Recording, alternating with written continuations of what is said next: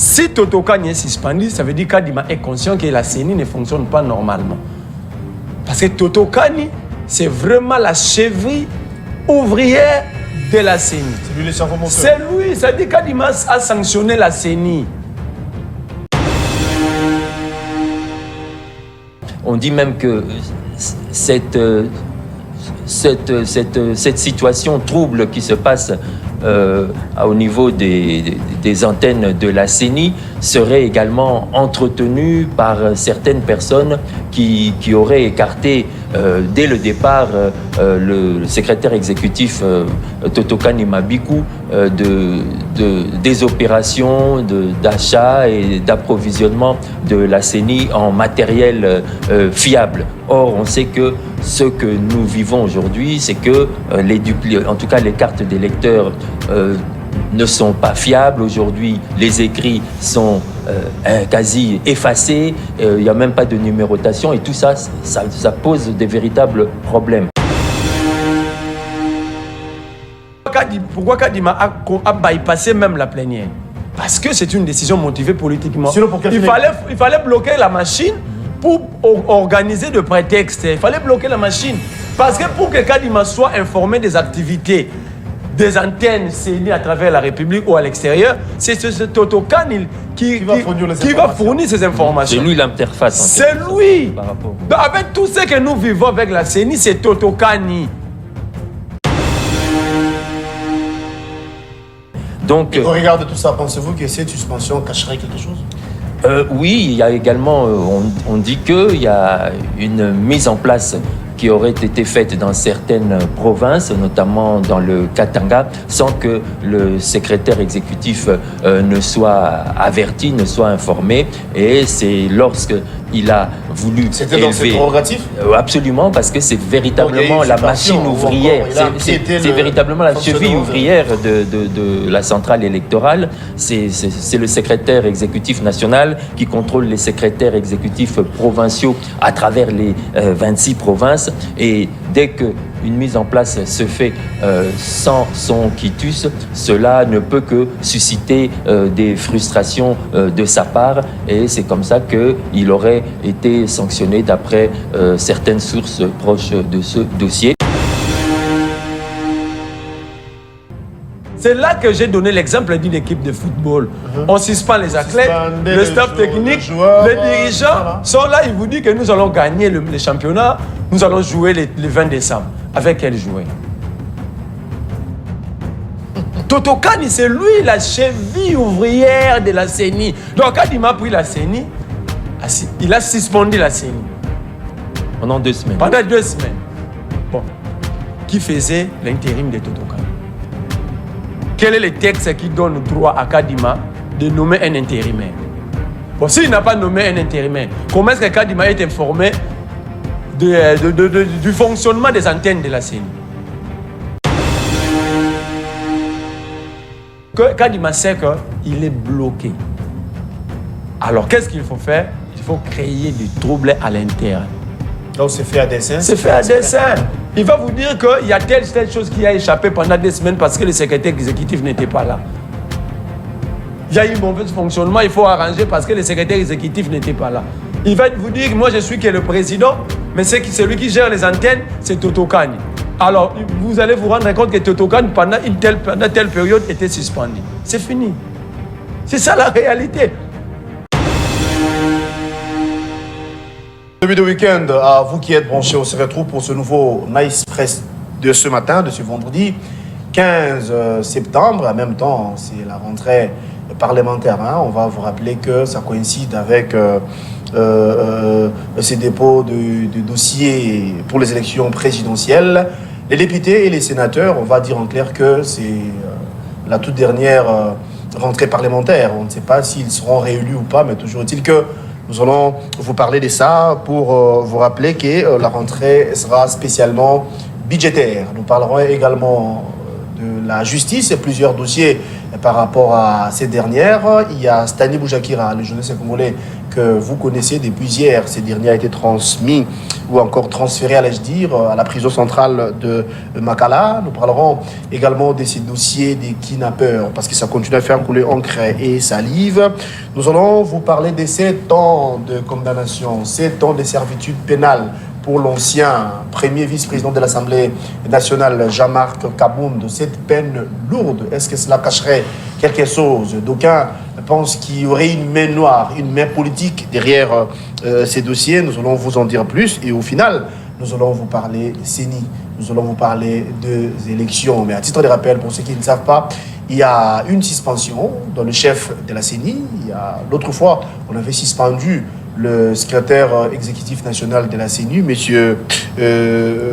Totokani. Voilà, donc nous allons vous parler de ça. Une tempête au sein de la CENI. Est-ce que le président Kadima avait agi comme il fallait? Certaines sources nous révèlent qu'il avait condamné son secrétaire exécutif sans pour autant avoir les cutus de la plénière du bureau. Nous allons vous en dire plus et nous aurons le plaisir de recevoir pour vous ce matin Monsieur Adlin Makpolo, qui est reçu en qualité d'analyste politique, mais à titre de rappel, il est journaliste ici à la RTVS 1. De l'autre côté, c'est plutôt un acteur politique, en tout cas. Merlin Vouvou, que vous connaissez, et ensemble, à bâton rompu, pendant 50 minutes, en tout cas, nous allons vous éclairer par rapport aux questions évoquées. Je m'en vais saluer mes invités, en commençant par Merlin, à qui j'ai dit bonjour et bon vendredi à vous. Bonjour mon frère Guélor, bonjour, malgré que ce n'est pas autorisé dans le plateau de télé, mais nous sommes bantours à mon vieux Adlin. J'ai dit salut à tous les fidèles téléspectateurs et à toute l'équipe technique. Merci beaucoup Merlin. Adlin Makpolo, merci d'être là et bon début de week-end à vous.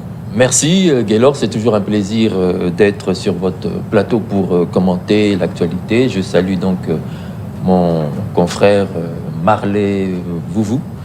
Et j'espère que nous allons pouvoir éclairer la lanterne de nos téléspectateurs sur les différents sujets que vous venez d'énumérer tout à l'heure. Alors, commençons par la CENI, je préfère. On commence par les élections. Martin Fayolo prendra part ou pas. On va vous en dire plus, mais du moins, il y a eu suspension au niveau de la CENI. Mabikou Totokani a été suspendu par son président Denis Kadima. D'aucuns pensent qu'il y a eu vice et que Kadima n'avait pas reçu les cutus de la plénière du bureau pour suspendre ces derniers. Certaines sources nous révèlent de détournement, mais du moins les documents officiels nous parlent d'une faute lourde. 15 jours de suspension, est-ce logique ou bien c'est vrai une tempête en ce moment qui sévit à la CENI? En tout cas, cette suspension pose question parce qu'elle survient à un moment crucial du processus électoral. Vous n'êtes pas sans savoir qu'actuellement, la CENI est en train de procéder au recrutement et à la formation du personnel appelé à œuvrer lors des élections du 20 décembre 2023. Il y a également la publication, la gestion plutôt des contentieux pour la publication des listes des députés provinciaux. Savoir si ces listes sont recevables ou pas. Il y a eu report par rapport à ça. Oui, il y a eu d'ailleurs report à cause des problèmes logistiques. On a même évoqué, chose plus grave, des problèmes de pénurie de la desserte aérienne à travers notre grand pays. Vous connaissez l'étendue de notre pays et cela aussi constitue une préoccupation pour l'opinion parce que à ce rythme-là, on risque d'entendre parler d'un report des élections pour questions de logistique. Heureusement que la MONUSCO est encore là jusqu'à décembre, comme nous l'a rassuré le vice-premier ministre, ministre des Affaires étrangères. Et en dehors de cette question, ces questions de gestion des contentieux, il y a également le reconditionnement des machines à voter qui doivent venir de la Corée du Sud et il y a une mission qui devrait partir en Corée du Sud pour négocier les derniers détails quant à ce. Et donc, toutes ces ces éléments, sans oublier également, actuellement, il y a la remise des duplicata des cartes d'électeurs, et il y a vraiment un véritable tohu-bohu au niveau des différentes antennes de la CENI. Et quand on connaît le résultat, on dit même que cette situation trouble qui se passe au niveau des antennes de la CENI serait également entretenue par certaines personnes qui auraient écarté dès le départ le secrétaire exécutif Totokani Mabiku des opérations d'achat et d'approvisionnement de la CENI en matériel fiable. Or, on sait que ce que nous vivons aujourd'hui, c'est que en tout cas les cartes des lecteurs ne sont pas fiables. Aujourd'hui, les écrits sont quasi effacés, il n'y a même pas de numérotation, et tout ça pose des véritables problèmes. Donc, au regard de tout ça, pensez-vous que cette suspension cacherait quelque chose ? Oui, il y a également, on dit qu'il y a une mise en place qui aurait été faite dans certaines provinces, notamment dans le Katanga, sans que le secrétaire exécutif ne soit averti, ne soit informé. Et c'est lorsque il a voulu C'était dans ses prérogatives ? Absolument, parce que c'est véritablement la machine ouvrière. C'est véritablement la cheville ouvrière de la centrale électorale. C'est le secrétaire exécutif national qui contrôle les secrétaires exécutifs provinciaux à travers les 26 provinces. Et dès que une mise en place se fait sans son quitus, cela ne peut que susciter des frustrations de sa part, et c'est comme ça qu'il aurait été sanctionné d'après certaines sources proches de ce dossier. Mais ce qu'il faut espérer, c'est que les différentes parties puissent s'entendre pour qu'on puisse avoir... Donc on peut dire ici que Kadima s'est comporté en gangster, parce qu'on nous apprendra qu'il n'a pas reçu les quitus de la plénière du bureau. C'est ce qui est à craindre. En tout cas, c'est ce qu'on apprend de sources proches de ce dossier. On nous dit que le président aurait agi en dehors des textes légaux qui régissent notamment la CENI. Et ce sont des choses à bannir, et on espère que d'ici là, vu qu'on s'engage, nous sommes à 14 semaines des élections, il faudrait que les différentes parties puissent s'entendre. Le président et son secrétaire exécutif, qui est la cheville ouvrière de la centrale électorale, puissent en tout cas harmoniser leurs vues, pour qu'on puisse avoir finalement les élections au 20 décembre 2023, conformément au délai constitutionnel. La candidature de Martin Fayulu, on va évoquer la question, je vous reviens pour en parler. Merlin Foufou, l'homme des dossiers, toujours et encore avec les dossiers. Si nous parlons en CENI, nous parlons de ces suspensions de Totokani Mabiku. D'aucuns pensent que Kadima n'a pas respecté les textes. Le président Kadima de la CENI n'a pas respecté les textes.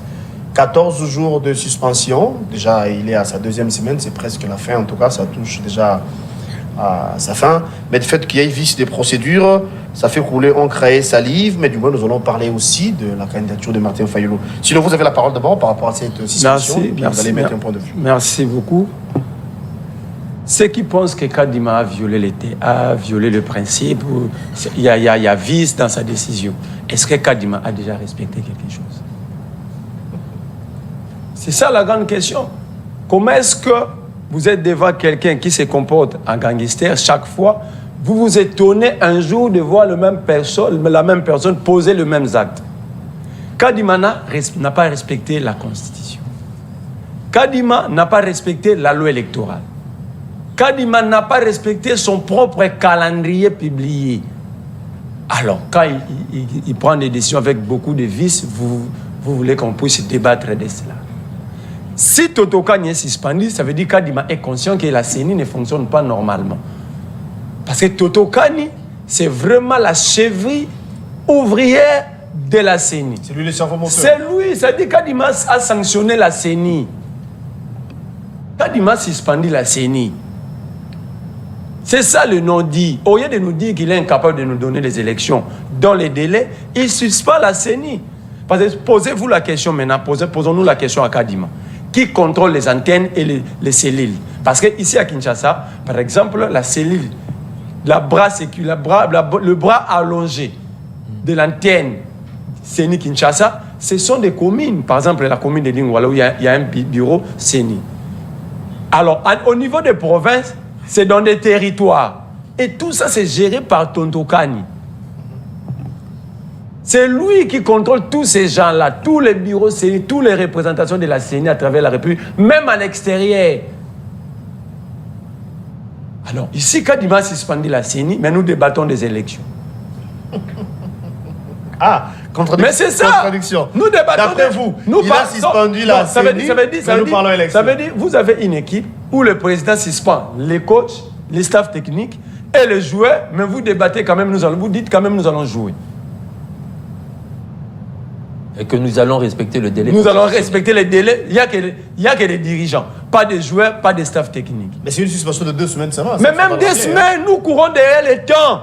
Même des semaines. Ça dit ici, nous acceptons que nous venons de perdre des semaines. C'est ça, en fait, la réalité. Et quand Kadima le fait, c'est une décision, moi je vous dis, c'est une décision avec beaucoup de motivation politique. C'est-à-dire, vous allez à l'OGFREM aujourd'hui, il n'y a pas de demande de la CENI pour entreposer les matériels de vote, les machines. Parce que c'est notre entreprise de fret multimodal. Il n'y a pas de demande. Mon grand frère Amis Makoutano est là. Je demande à tous les joueurs d'aller consulter l'OGFREM. Si l'OGFREM a reçu une correspondance venant de la CENI, il a effectué un déplacement, je crois. Non, justement, il faut déjà... Kadima va au Corée du Nord, au Corée du Sud. D'abord, ces machines-là, ce ne sont pas des machines fabriquées, entreposées quelque part. Il faut passer la commande. C'est comme si vous voulez acheter une Jeep chez Afrima. Ce sont des Jeeps exposés. Quand vous choisissez votre prototype, ils vont aller fabriquer. C'est la raison pour laquelle on accorde 3 à 4 mois. Quand est-ce que Kadima avait passé l'appel d'offres pour l'achat des machines à voter? Vous êtes journaliste et cela est revêtu du caractère publicitaire. Quand est-ce que l'argent a été décaissé? Kadima avait fourni une demande de fonds pour l'achat des machines à voter, parce qu'il y a une différence entre machine à voter et machine à rouler. Quand? Alors s'il va là-bas, c'est pour demander passer commande. Donc on va commencer à fabriquer. S'il faut fabriquer 40 000 machines, le transporter jusqu'à Kinshasa. Et c'est Kadima déjà a choisi les transporter. Les transporter, c'est lui qui va nous amener des machines ici. C'est quelle entreprise? Choisir les transporter, ramener les machines ici. Nous sommes dans un état où il n'y a ni avion, ni bateau, ni pirogue. Comment nous allons faire les déploiements dans cet état qui nous reste ici? Comment? Je veux que Kadima soit concret, qui nous explique, non, j'ai 40 avions, 60 bateaux, parce que... Heureusement la MONUSCO est encore là. Mais même la MONUSCO, il faut voir la taille du pays. On n'agit pas parce que la MONUSCO est là. Nous avons un pays continent. Il y a des coins où même le véhicule de la MONUSCO ne peut pas entrer. Alors qu'on cherchait également le... Mais justement, ça veut dire que tout est mis en place pour qu'il n'y ait pas élection. Tout est là. La recette est déjà presque finie. Il faut maintenant manger.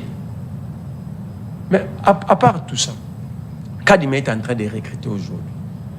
Il regrette quoi d'après vous? Il est en train de recruter les agents pour aller aux élections, pour le vote. D'accord. C'est ce que Adelin... Quand est-ce que ces gens-là vont être formés? Est-ce que nous n'allons pas subir la même chose? Parce que dans cette précipitation, que nous avons eu des cartes ratées, avec des agents recrutés de n'importe quelle manière. Mais vous avez dit ici que Totokani, c'est lui la CENI. Mais c'est oui, c'est le secrétaire exécutif.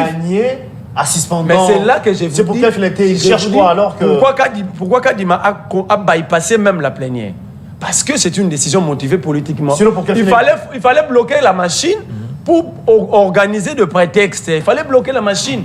Parce que pour que Kadima soit informé des activités des antennes CENI à travers la République ou à l'extérieur, c'est ce Totokani qui va fournir ces informations. C'est lui l'interface. C'est lui. Par rapport au... Donc, avec tout ce que nous vivons avec la CENI, c'est Totokani.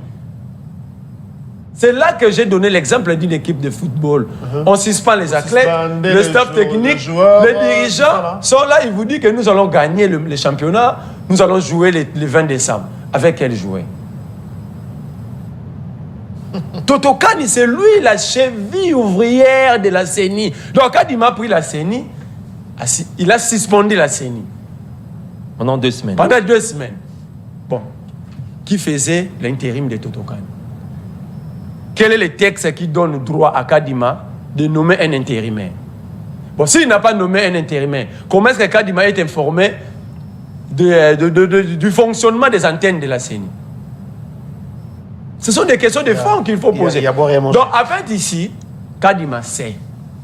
J'ai dit, l'OGFM n'est pas informé pour organiser des entrepôts, pour gérer les matériels de la CENI. C'est déjà quelque chose à ne pas négliger. J'ai parlé de la fabrication des machines, du transporteur, celui qui va nous amener les machines ici, de la façon dont nous allons déployer ces machines. Donc tout est réuni pour que Kadima sait qu'il est bloqué.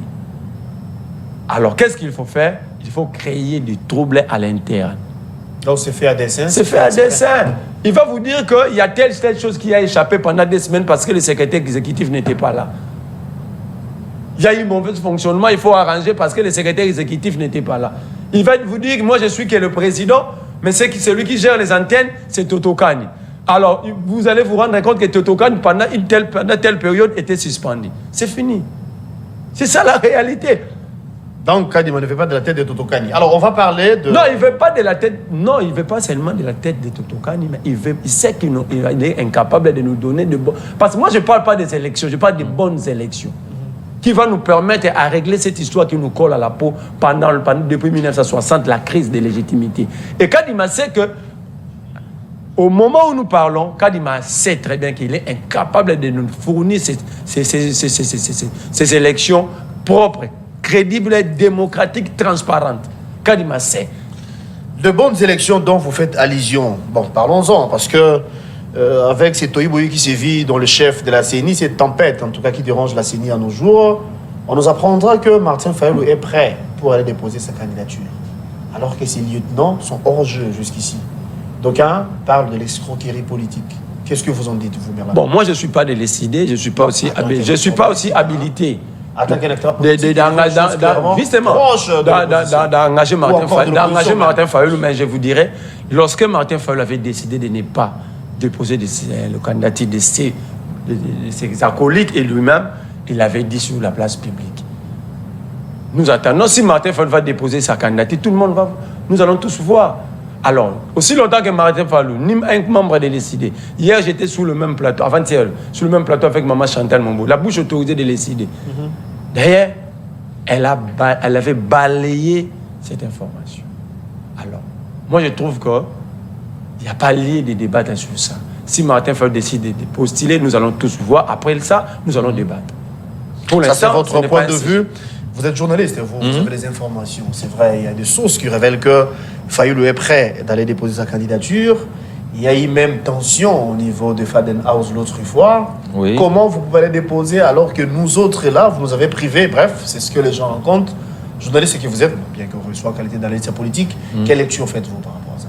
Bon, j'ai toujours considéré la position de Martin Fayulu comme une position tout à fait cohérente parce qu'on ne peut pas critiquer un processus et en même temps continuer à chercher à s'y engager tout en le critiquant et à...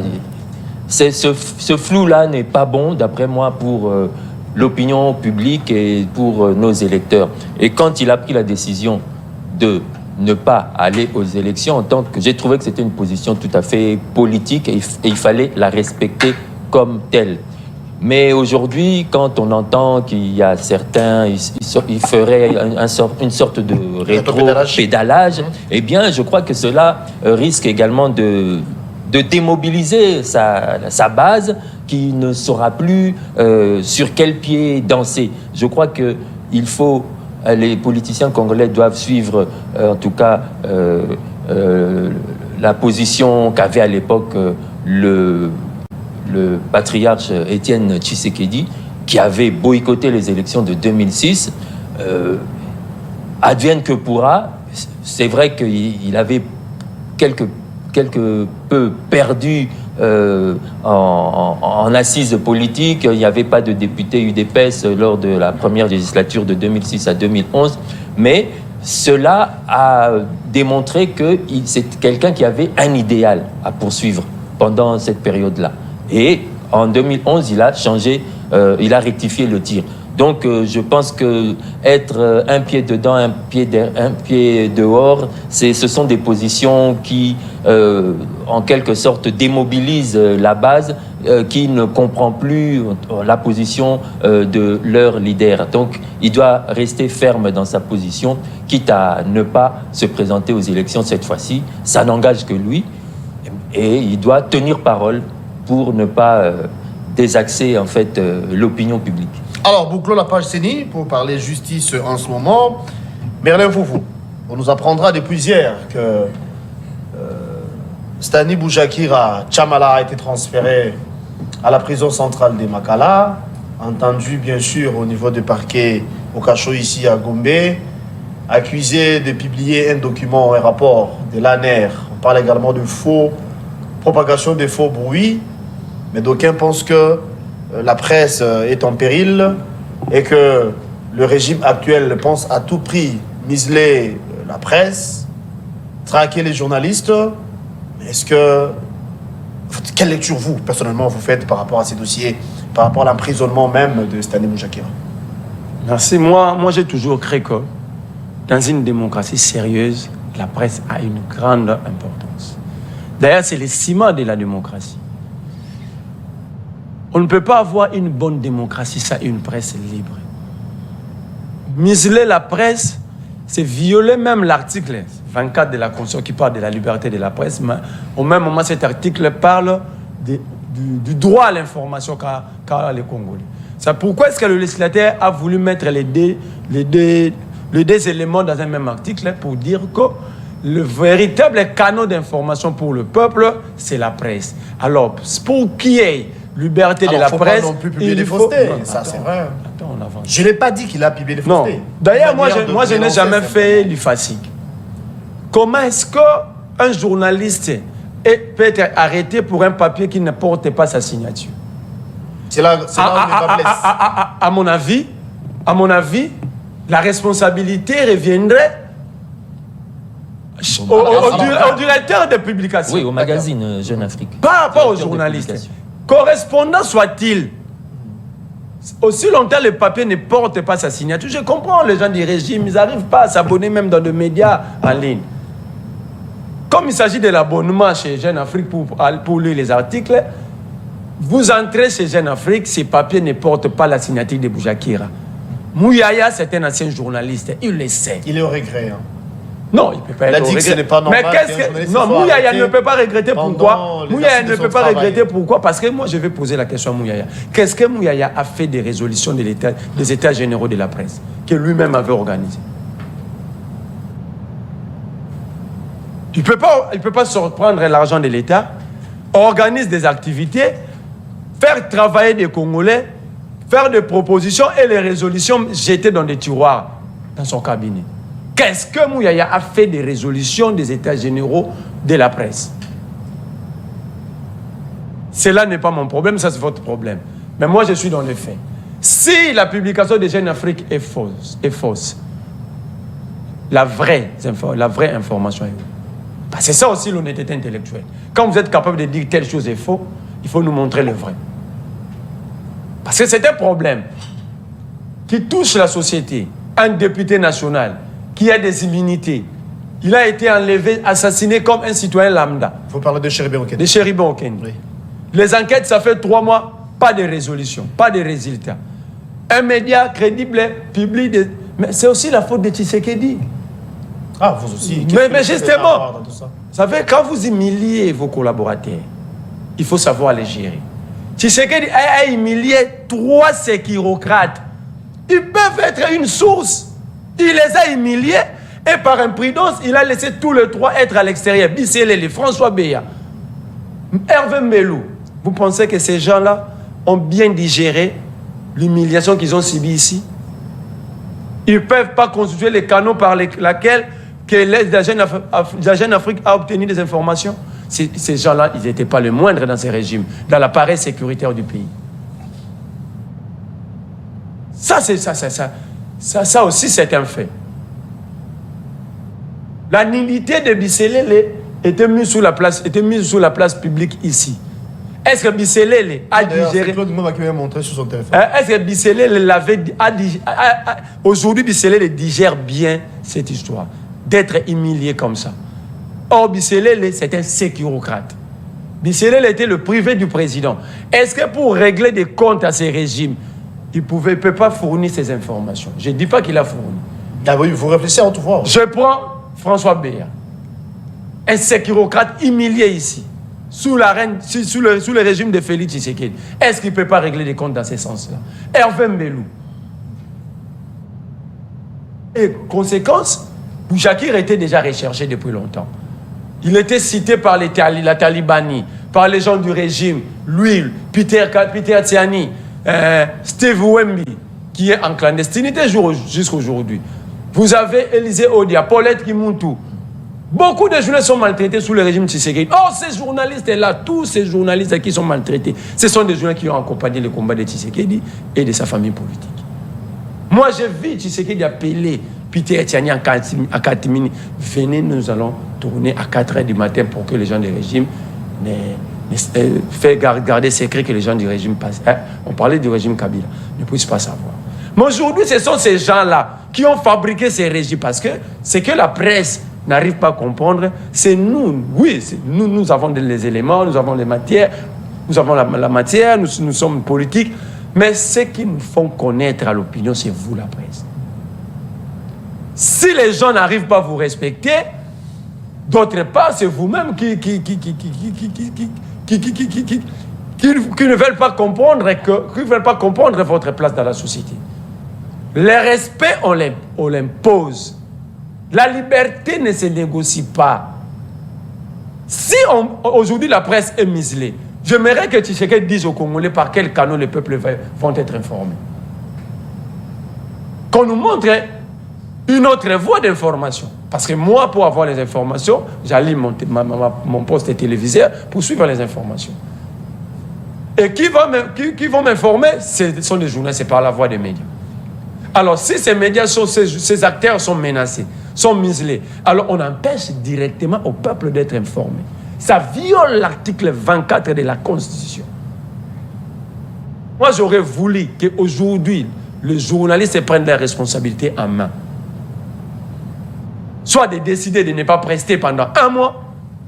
Mais justement, c'est comme ça qu'on va vous respecter. Moi, j'ai toujours défendu la presse. Beaucoup de gens me posent la question. Pourquoi chaque fois, quand on touche à une journée, toi, tu prends les devants? Non, moi, je suis convaincu le jour où nous aurons une presse libre, c'est le jour où le peuple va être réellement informé et ça va permettre à ces peuples-là de bien se défendre. Merci, Merlin, je reviens. Heureusement, il y a un journaliste sur ces plateaux parce que moi, je reçois, je ne peux pas non plus me comporter à juger parti. Adlé Makpolo, l'arrestation de Stani Bouchakira, d'aucuns pensent que la presse est en péril. Les milliers estiment qu'on veut museler la presse. Vous êtes journaliste, un chevronné en tout cas. Quelles sont vos analyses par rapport à ça? Qu'est-ce que vous en dites? Merlin a évoqué un point important. L'article condamnant Bouchakira à nos jours ne porte pas sa signature. Pourquoi il est aux arrêts? Effectivement, l'article ne porte pas sa signature et en plus, le gouvernement avait tout le loisir de faire un droit de réponse pour démentir cet article ou encore, au pire des cas, suspendre la circulation de Jeune Afrique en République démocratique du Congo, par exemple, comme cela s'est fait par le passé. Et voilà qu'aujourd'hui, on s'en prend à un journaliste qui est certes correspondant d'une presse étrangère. Et rappelez-vous, comme l'a si bien dit Marley Stani Bouchakira a été déjà dans le collimateur des autorités du pays, tout simplement parce qu'il manifestait. Il est en train de déranger. Oui, parce qu'il manifestait, il écrivait comme journaliste d'une presse étrangère. Il lui arrivait de faire parler les agresseurs rwandais ou les gens du M23, tout comme faire parler les membres du gouvernement. Et cela a gêné les institutions. On ne comprenait pas comment un journaliste congolais puisse répercuter les points de vue du M23, donc de la rébellion. En fait, effectivement, c'est un journaliste congolais, mais qui travaille pour une presse étrangère, une presse française, et on peut lui demander d'aller couvrir tel ou tel événement. En tant que journaliste, il le fait, parce qu'il a un contrat avec cette maison-là. Et ce qu'il faut dire, c'est au fil des mois, cela l'avait déjà mis en porte-à-faux avec les autorités du pays. Il était déjà la cible de certaines officines. Et voilà qu'il a été cueilli à froid au niveau de l'aéroport de Njili. Et comme l'a si bien dit le journaliste en danger, l'ONG Journaliste en danger, cela ressemblait tout simplement à une prise d'otage parce qu'on ne lui avait jamais signifié, on ne l'avait jamais invité comme cela se fait. Donc la manière dont il a été appréhendé. Oui, comme cela se fait d'habitude. Donc la procédure n'a pas été respectée. La procédure n'a pas été respectée, comme vous le dites si bien, Gaylor. Et voilà qu'aujourd'hui, pendant qu'il avait introduit une demande de remise en liberté provisoire, pendant que la Chambre du Conseil devait statuer sur ce cas-là. Il faudra attendre 24 heures, en croire son avocat. Non, Oui. il avait déjà introduit. Il avait déjà introduit. Non, pour la réponse. Au niveau du parquet, la C'est ça. Chambre devait se réunir pendant que les juges se concertaient pour se réunir en Chambre de conseil. Il a été transféré pour Makala et cette situation, en tout cas, a soulevé une levée de bouclier dans la profession et on s'attend effectivement à des mesures draconiennes, des mesures de grande envergure, comme l'a si bien dit le porte-parole du RAJEC, Edmond Izouba. Et il a dit que l'ultimatum lancé il prend fin dans 24 heures, je crois, le samedi. Donc demain. Et il y aurait risque que les professionnels des médias durcissent le ton en confisquant, par exemple, en refusant d'informer la population, en refusant de répercuter les informations en provenance des institutions. Ça, ce sont certaines sources qui commencent déjà à évoquer cette situation. Et là, ce serait priver la population de l'information. Ce serait une situation très grave. Ça sera aussi une violation de la loi mère, en tout cas. Donc, il faut éviter que l'on en Mais ils ont déjà violé la loi mère. Eux-mêmes ont déjà violé la loi. Non, donc, il ne faudrait pas qu'on en arrive là. Le pouvoir est dans l'obligation de réparer, pour éviter qu'on en arrive là, parce qu'il se trame en tout cas des choses au niveau de la corporation pour manifester vraiment son mécontentement face à cette énième emprisonnement d'un journaliste qui n'a fait que son travail. Donc on va exiger ici l'unité de la presse, cette solidarité pour sauver non pas seulement Stani, mais tous les journalistes. Et en tout cas, ça sera une très bonne. Vous êtes obligé de sauver votre métier. Voilà, pour que même les régimes qui vont venir après, bon courage, ils vont apprendre à vous respecter. Voilà, sinon on va, dans le même ordre d'idée, on va parler de Jean-Marc Kaboun. Une peine lourde, 7 ans de servitude pénale. Hier, premier vice-président de l'Assemblée nationale, aujourd'hui prisonnier. Qu'est-ce que vous en dites? Jean-Marc Kaboun jugé comme les Kaba-Kaba. Jean-Marc Kaboun jugé comme les Kaba-Kaba, les Big Boy. Parce que jusque-là, je n'ai pas vu les juges chercher à entrer dans le fond de ce qu'avait déclaré Jean-Marc Kaboun. D'après vous, le procès était superficiel? Non, oui, sur la Cour de cassation s'est limitée au niveau de la forme. Sinon, la Cour allait dire ceci. Vous avez dit que l'argent quitte le Congo, le milliard quitte le Congo par voie de jets privés et sont logés dans des îles vierges britanniques, dans des paradis fiscaux. Lui aussi, propagation de faux bruits. Non, mais quand Jean-Marc Kaboun a dit, la dernière fois qu'il était devant la Cour de cassation, avant ce mercredi, il a dit, si vous voulez, moi je vais vous amener même là où cet argent est logé. Pourquoi le procureur n'avait pas transformé Jean-Marc Aboun comme un renseignant pour que Jean-Marc Aboun prouve banque par banque, parce qu'il était prêt à le faire. Il a dit devant la Cour de cassation, moi, je suis parmi ceux-là qui est allé déposer de l'argent. Il a dit, il n'avait pas voilé sa face, il a dit devant le juge de la Cour de cassation. Pourquoi les juges ont-ils refusé cette option? Jean-Marc Aboun dit, moi, j'ai recruté des députés. Il y a même des députés qui ont signé dans l'Union sacrée par Fox. C'est lui qui ne sait pas que c'est Jean-Marc Aboun qui était ou qui est l'architecte de cette affaire de l'Union sacrée, de cette majorité. Mais c'est lui qui a construit la maison, te dit que cette chambre-là n'est pas encore prête pour y habiter. Pourquoi vous voulez douter? C'est Jean-Marc Aboun qui a créé cette majorité parlementaire. Quand il recevait des députés ici à GB, ces juges-là de la Cour de cassation ne prenaient pas. Il vous dit ce que lui-même a eu à faire. Et d'après vous, il n'a pas mérité cette condamnation? Non, d'abord, je ne suis pas avocat, mais j'ai posé la question à 2-3 avocats. Premier élément, moi-même, je suis un ancien prisonnier. Ben. Dans ma citation à prévenir, il y avait 2 infractions, imputation dommageable et offense au chef de l'État. Ici, j'ai sali l'excellentissime maître Jonathan Ngwele, qui était mon avocat. Jonathan Ngwele, que je salue ici au passage. Jonathan Ngwele a démontré noir sur blanc devant le tribunal que pour que quelqu'un soit jugé pour offense au chef de l'État, il faut que le chef de l'État se plaigne. Lui-même. Lui-même. Et automatiquement, les juges avaient compris, le ministère public était KO. Cette infraction, dans ma citation, je parle de moi, a été élaguée. Si dans un tribunal de paix, ces gens-là savent qu'on ne peut pas juger quelqu'un pour offense au chef de l'État. Si alors que le chef de l'État lui-même n'a pas porté plainte. Mais comment maintenant Jean-Marc Aboun est condamné par la plus haute juridiction pénale de notre pays sur offense au chef de l'État, mais ces juges-là sont incapables de nous brandir la plainte fournie par le chef de l'État? Ça, je veux que les professeurs tels que le Zolo Bambi Njoli nous expliquent un peu. Parce que nous ne pouvons pas être dans un état où on nous crée des jurisprudences, des mauvaises jurisprudences, qui demain peut risquer de tomber sur vous, tomber sur mon grand frère Claude Ngoma, pour n'importe qui. Nous voulons des jurisprudences qui vont permettre à ce que notre société aille de l'avant.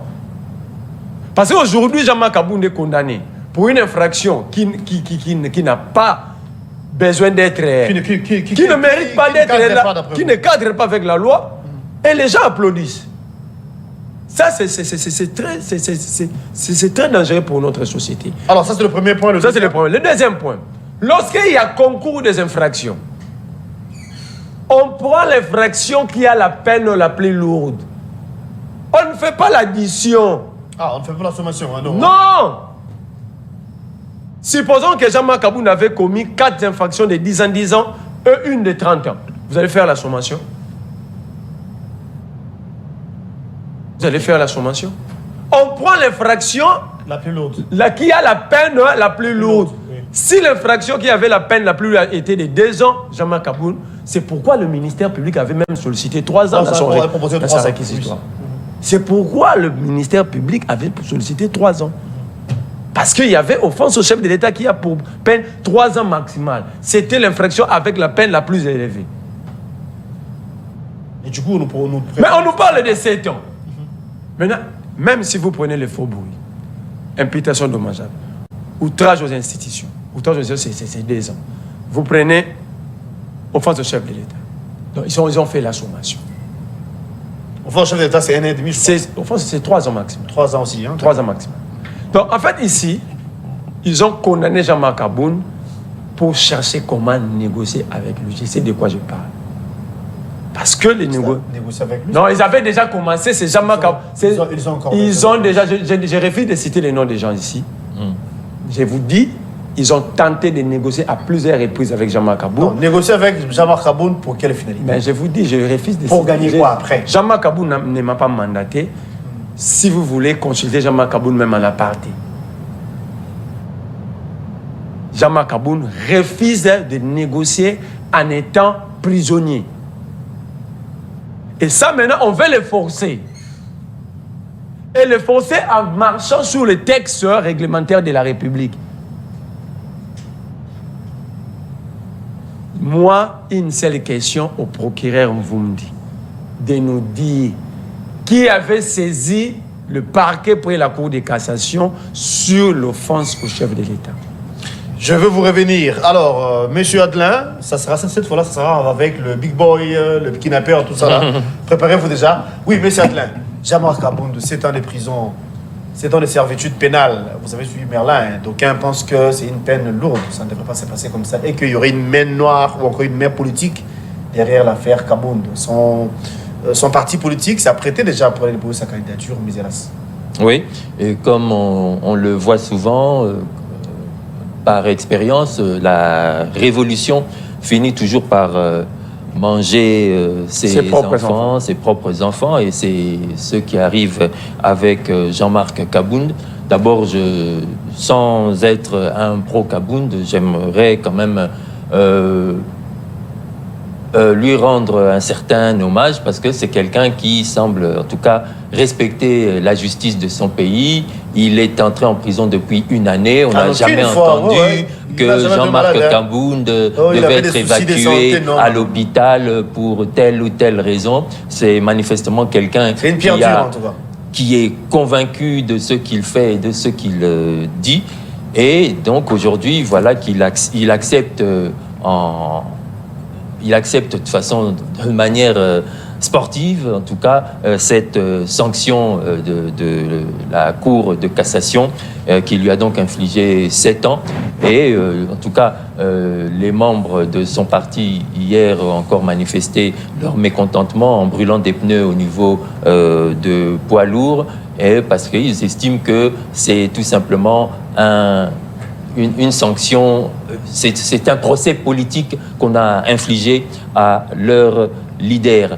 Mais en ce qui concerne le procès, je crois que, comme l'a si bien dit Marley, on a été quand même surpris de voir que les juges ne sont pas entrés dans le fond des choses pour qu'on puisse vraiment connaître la vérité sur toutes les affirmations que Jean-Marc Kabound avait avancées, notamment en ce qui concerne la gestion du pays. Et ce sont malheureusement, chez nous, on a souvent assisté à des procès spectaculaires avec des condamnations spectaculaires, mais par la suite, la chose finit toujours par se dissiper. Et peut-être que d'ici quelques mois, on pourra voir Jean-Marc Kabound en liberté et jouir donc d'une grâce présidentielle, comme on l'a vu dans d'autres cas, dans plusieurs procès. Grâce présidentielle passés. Pour Kabound, mais là, ça craint. Sinon, vous avez parlé d'un procès spectaculaire, c'est ce que vous avez dit.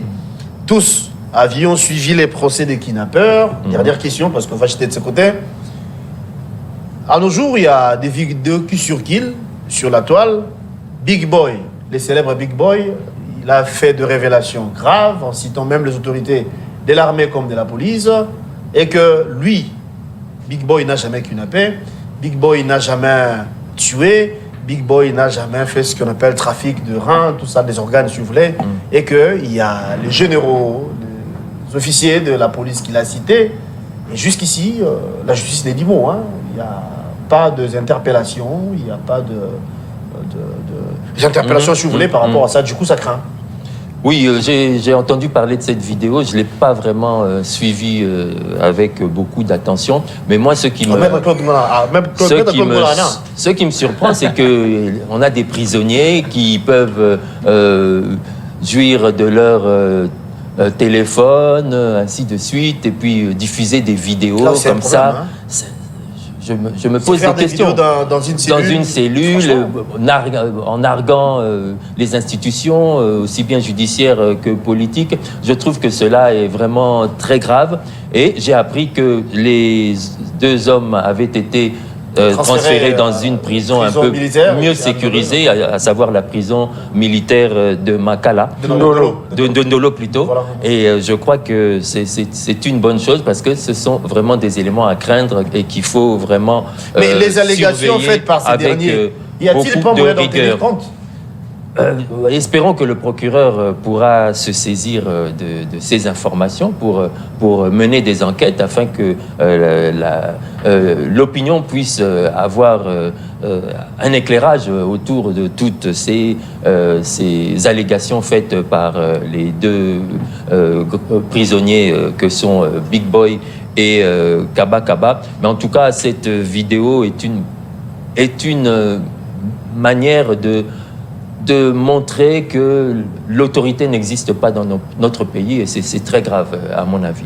On doit sévir de ce côté-là. Merci. De la surveillance de nos prisonniers, notamment des grands bandits tels que Kaba Kaba et Big Boy. Merci beaucoup Adlem Akpolo. Je rappelle que vous êtes journaliste ici à la RTS 1.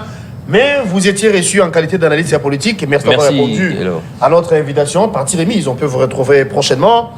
Merlin Vouvou, c'est avec vous que nous allons boucler la boucle. La question, vous en avez déjà, c'est un rapport avec Big Boy, Kaba Kaba. C'est cette bande de kidnappeurs qui se permettent de faire des vidéos, des selfies depuis la cellule, tout en accusant ou encore en citant nommément les autorités de l'armée ainsi que de la police. Qu'est-ce que vous en dites? Moi, je ne suis pas surpris. Vous n'êtes pas surpris? Moi, déjà, je n'étais pas d'accord avec la manière dont ces procès avaient déroulé. La célérité m'inquiétait. Parce que quand vous regardez ces jeunes, personne n'est médecin. Le rein est lié à plusieurs organes du corps humain. C'est-à-dire, pour enlever les reins, il faut que tu sois spécialiste. Le conserver, en regardant ces jeunes big boys, ils ne savent pas conserver les reins. Quand vous les regardez, ils n'ont pas de véhicule. Ça dit ici, c'était un réseau mafieux. Il y a des médecins. Tu n'as pas pu démanteler. Ouais. Ça dit que l'arrestation de ces groupes devait servir le général Kassongo. Moi, j'étais déjà inquiet lorsque le général Kassongo s'était transformé en un OPJ. Il prend ces jeunes, il viole le principe de présomption d'innocence. Lui-même commence à les filmer, les interroger et mettre... Mais c'est par là que Big Boy a l'obaki que c'est là qui est vidéo de force. Hein. Mais justement, mais les jours de leur condamnation, tous ces jeunes ont y a demandé 5 minutes. Ils ont dit, nous n'allons pas mourir, nous, seuls. Ils ont manqué le courage, et aussi parce que... Mais justement, ils avaient 3 jours pour faire ces déclarations. Mais il avait dit aussi que le procureur là va empêcher Mais justement, c'est ce qu'il avait dit. Parfois, ces gens-là leur assuraient que vous n'allez pas être condamnés, on va vous faire sortir. À un moment, ils se sont rendus compte que les assurances n'ont pas été tenues. Il y a une fille qui est partie à croire Big Boy. Il faut maintenant... Elle n'a jamais été arrêtée. Reda. Il me semble qu'elle était condamnée avec sursis. Lui, elle a été condamnée avec sursis. Donc, elle a été relaxée. Et tout de suite, ils ont demandé 5 minutes. Heureusement, ils avaient demandé ces 5 minutes, pas dans la rue. Là où la vérité devrait être dite. C'est là où ces gens, ils avaient eu le courage de demander ces 5 minutes. Pourquoi le juge, la composition et le ministère public, ils avaient tous refusé d'accorder ces 5 minutes-là? Moi, je savais que c'était D'après vous, il y avait... Mais c'était un réseau. Il suffit de regarder ces jeunes, je vous dis, ces jeunes-là ne sont pas médecins, ne sont pas chirurgiens. Ça veut dire qu'il y avait des médecins, des chirurgiens qui faisaient... Et leur travail était d'aller enlever, amener quelque part où il y avait des spécialistes. Mais aussi, quand vous allez à l'aéroport... Donc vous voulez dire qu'on doit cibler les médecins maintenant? Mais oui, ça dit, moi, mon problème, il fallait remonter la filière. C'est tout un réseau. C'est un réseau, il fallait démanteler. Parce qu'il y a même les agents de sécurité commis au niveau de nos frontières. Par exemple, quand vous allez à l'aéroport d'Indil, vous êtes fouillé. Ça veut dire vos colis, vous. Mais comment est-ce que ces reins quittaient Kinshasa? C'est possible. Mais justement, ça dit qu'il y a eu défaillance au niveau de nos frontières. Il faut maintenant travailler à ce qu'il il faut travailler dans le sens de rechercher la vérité. Un autre problème. Ici maintenant, comme c'est gêne en étant en prison, moi je condamne l'acte posé parce que sinon, la prison, c'est un lieu où chaque prisonnier... Il y a beaucoup de points stratégiques. Non, la prison, il n'y a aucun endroit où quelqu'un peut être en sécurité qu'en prison. Vraiment. Les prisonniers sont des gens les plus sécurisés après les institutions de la République. Mais si ces jeunes sont menacés à partir de la prison, si cela est vrai, c'est d'ailleurs gravissime. C'est ce qu'il a dit. Hein? S'ils ont des téléphones et qu'on les laisse faire des vidéos à partir de la prison, ça aussi c'est grave. Mais moi je crois que le procureur doit ouvrir l'œil et le bon. Parce que ici, le procès ici doit être réouvert. Parce qu'il y a de nouveaux éléments. C'est là où je voulais en venir. Les gens sont cités. Nommément les gens. Et les gens sont cités. On nous avait dit que les big boys ne sont pas des fous. D'ailleurs, le juge président applaudissait beaucoup sur big boy. Il dit, toi quand même, yo quand même, on donne la vérité. C'est la même personne qui était capable de dire la vérité qui a fait la vidéo. Donc, on ne peut pas négliger ces caractères vérité des big boys. Maintenant, le procureur doit nous montrer qu'il est réellement procureur. Le procureur et les services ne peuvent pas être là que pour... Mais oui. Oui, ils doivent en parce profiter. Parce que quand on cite Kassongo, par exemple, Kassongo, c'est grave parce que lui, il était responsable de la sécurité des 17 millions de Kinois. Alors que son nom soit cité, il n'y a que deux choses. Si le procureur ne demande pas la réouverture de ces dossiers, Kassongo doit dégager sa responsabilité devant les Kinois et les Congolais. Parce qu'il est cité dans une affaire sale. Les autres cités de responsables, donc ils sont dans l'obligation. Ils ne peuvent pas attendre que le procureur demande la réouverture de ces procès, mais eux aussi étant que êtres humains, des êtres humains, ils ont leur dignité, leurs images sont mises en jeu. Ils peuvent porter plainte pour dégager leurs responsabilités. Merci Merlin. Merci Merlin vous d'être venu. C'est à moi de vous dire merci. C'est la fin de cette émission. Merci également à Adelin pour la disponibilité. Merci Guélor. Demain, on va vous retrouver, ça sera peut-être la rediffusion. Donc un nouveau numéro, c'est pour le lundi. Encore rediffusion aujourd'hui à 18h. Les internautes, abonnez-vous massivement, en tout cas, à Nice Press Télévision. Abonnez-vous à la RTVS 1. Merci à la réalisation de Pamphile Makanda. Merci à Blaise Ndombe. Merci à Molotonkani. Merci à Alain Trésor Guidinda. Merci Guillaume Zinga. Merci à Bomolo Jérémy. Merci également à l'assistance de Maître Claude Ngoma. Bijunjo Djibateko, merci à vous. Au revoir. Bon. Merci